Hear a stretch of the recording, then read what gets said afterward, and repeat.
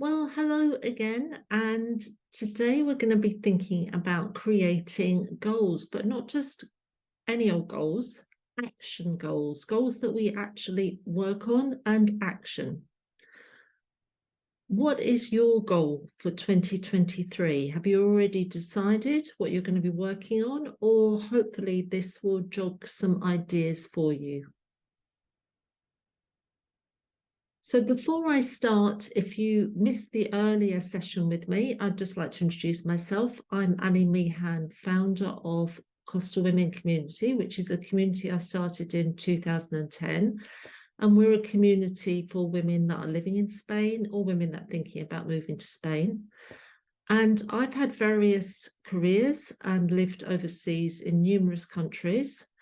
I worked originally in a law firm, and there I learnt about having to market your business without actually being allowed to, because in the days I worked for a law firm, probably long before a lot of you were born, you couldn't actually market a law firm at all. It was illegal. So we had to really rely on referrals and recommendations from existing clients, which meant that you had to work really hard to make sure your clients and customers were happy with your service. And that's put me in good stead for what I do now.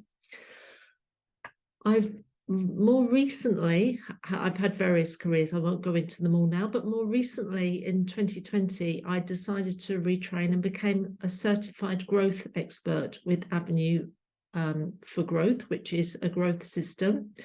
And you'll see at the bottom of my logo that I'm a certified growth expert now. So I work with women primarily who want to move their business from where it is now to where they want to grow it to. So maybe you're feeling a bit stuck, then let's have a chat and see where you want your business to grow to. But similarly to you, I'm sure all the different roles that you've had, from growing up to business roles to career goals, you've learned different skills and experienced different lives, if you will. And whatever you've been through in this life has led you to this point, to this particular business that you're working on or thinking about growing, and this particular time in your life. So let's begin and think about some goals and how we set goals. Let's start by being intentional. So again, being open to learning and be ready to implement something new and probably be prepared for some changes. Today, I want to think about where you're going, because there's enough confusion in the world already. And one of the pillars of my work with Avenue and my coaching is to create and maintain simplicity in everything. If I decide that I want to change my goals all the time and I don't know where I'm going, I won't actually end up where I want to be. And that's the same for your business. You need to have crystal clear vision and crystal clear goals to reach the different stages in your business life. Unless you're crystal clear on how you're going to grow your business, you're never actually going to get there. You're the owner, not the manager of your business. You own your business. You weren't brought in to manage it. You were the person who probably thought up the idea of your business. You need to know long-term where you're going or how you're going to get there. And if you can't adapt to change because you've only got shorter-term goals, it's really going to be hard for you to figure out how to align the challenges and changes with where you want to head with your business. I believe that you are wonderfully and uniquely made with all the skills and talents and ways to live your life to the fullest.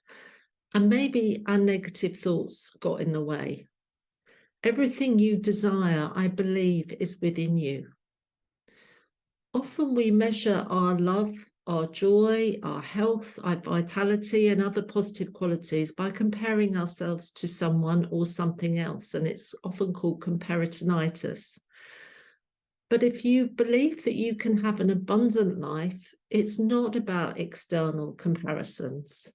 Dr. Deepak Chopra says, a life of fulfillment comes from within, through the knowledge that you were created with everything you need to be happy and successful, and can access those seeds of abundance at any time. And the possibilities of abundance are endless. There are no limits to what we can have. We all know that what we focus on grows. I hope you know that, because it does. So if you focus on the negative, then that's what will grow, and that will take over your life, sadly. 2023, I want you not to just think positive thoughts, but to put feeling behind them as well, to act on them and believe that those things that you want to happen can actually come true. Before we move on to the goal setting, I want you to start thinking about the differences between an intention, goals, and wishes. Firstly, what is a goal? It's focused on future achievements and is often task or outcome orientated. It can either fail or succeed. And when we think about actual goals, as in football, say, or hockey, or any other things that have a goal post, I quite often see the women in my community shooting for a goal that they want, but before the ball has even landed, they've dragged their goalpost somewhere else. To be clear on where we're heading. Then thinking about wishes, they set a certain tone of hope or a longing for the future that maybe we don't feel we're in control of. So it sounds almost like it's out of reach. I wish I could move to a house on the beach. I wish I had a new car. I wish I could travel to Vietnam. You don't need to action it because you're just wishing that that thing would actually happen for you. And then finally, an intention is something that you practice each and every moment. It's about enjoying the journey as well as the destination. It's mindful, it's fluid, it's open to change because it's built on your values and your feelings. Your intention created the attention. Maybe you want to think about creating 3 or 4 intentions for 2023. Too many things to work towards, and it actually becomes tough to achieve them.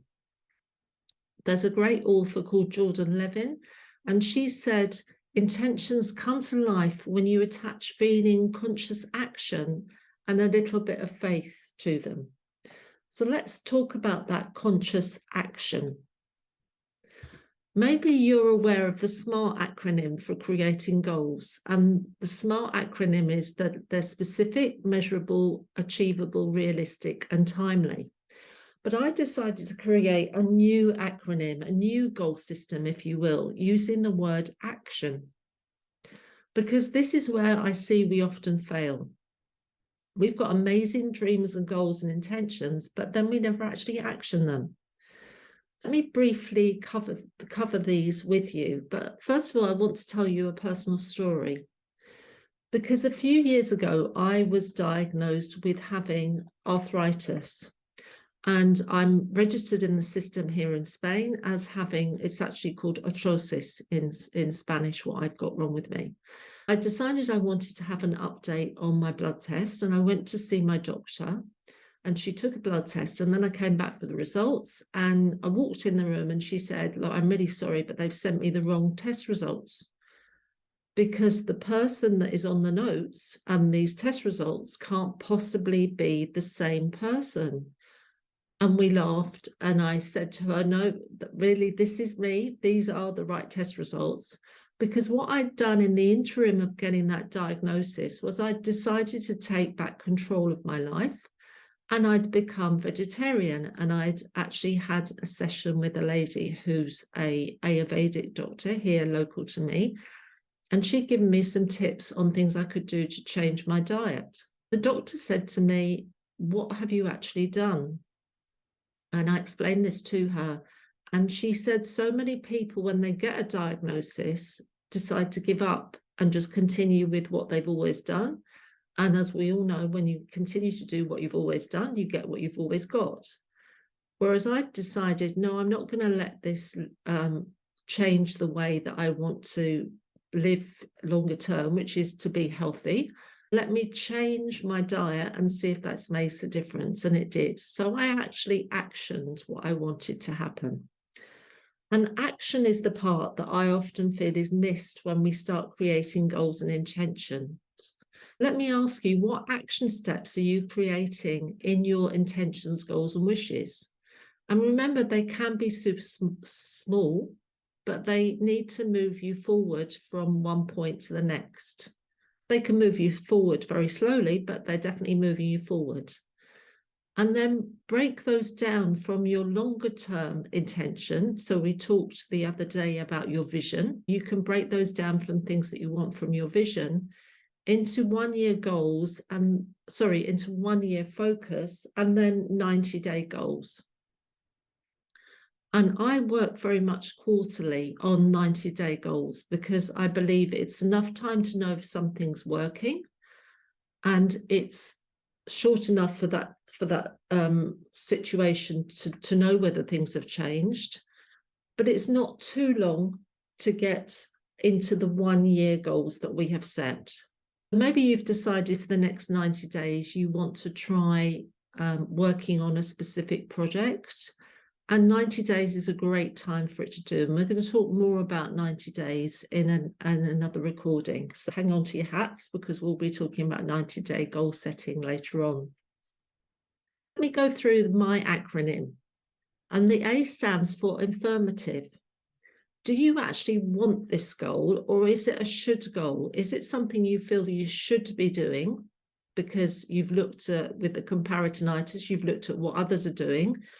Or is it something you really feel, yes, this is what I want to be working on? And I'm not talking about skill set here. It could be, though, that you need to find somebody who can help you, who can support you with that affirmative goal. Or it could be something that actually you don't need to learn the skills, because there's people out there that love doing what you really don't like doing, but they'll help you move forward. I'd like you to start recording how much time you have each day to work, because it's never 8 hours. You may have children that you need to collect. You may be going to meetings. You may have appointments. Be honest with how much time you actually spend working on your business. Maybe it's 4 hours that you actually have dedicated time to what you're spending your time on. Then take what you do and break that down into time slots for your day. And we're going to be talking about that later when we're talking about your 90-day goals.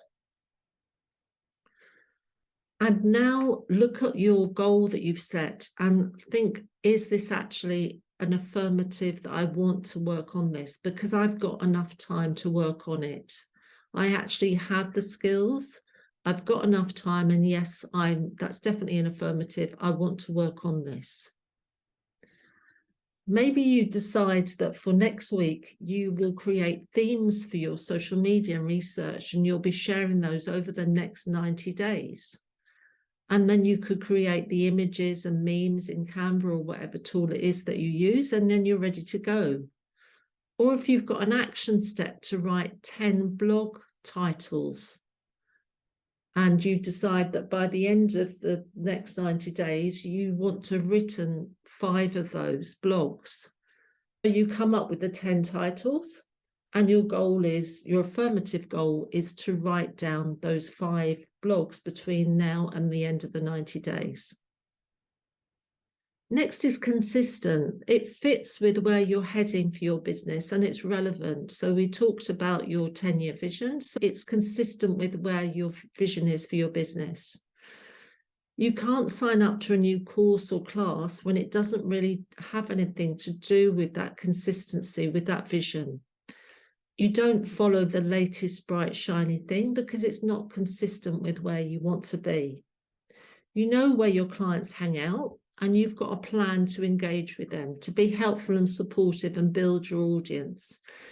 If you're one of our Spanish ladies, you'll know that it's quite usual for us to see people start one business and they get known for that, and then they stop and start something else.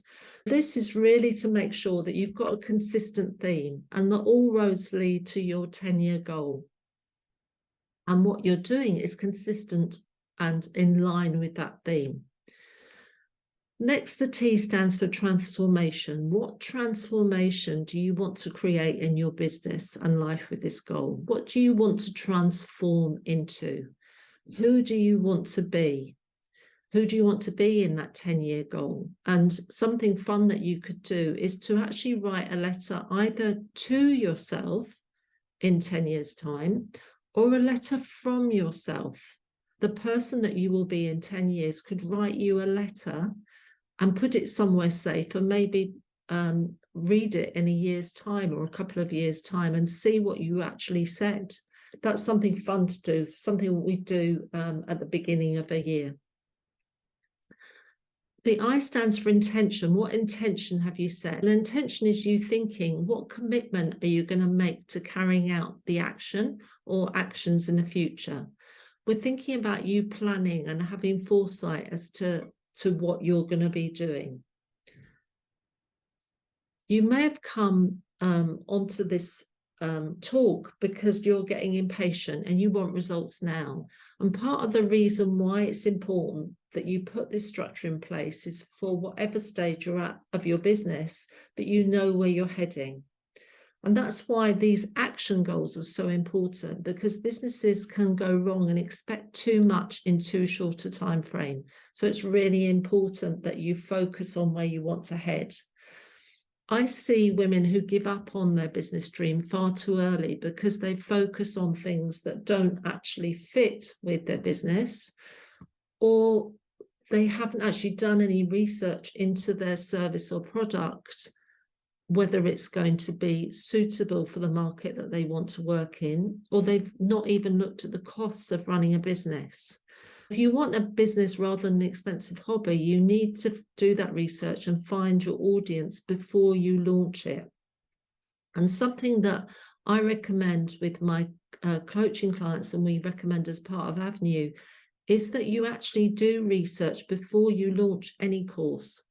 You ask your audience, because you know who it is that you're targeting with your course, whether that course would be of interest for them before you've even written the course, before you've done the website, before you put it together. You actually do that research first. Because although that might sound like it's flipping the whole business on its head, unless you've actually asked your audience what they want, and you're there to serve them, obviously, we know that everything in business is about them. It's not about you.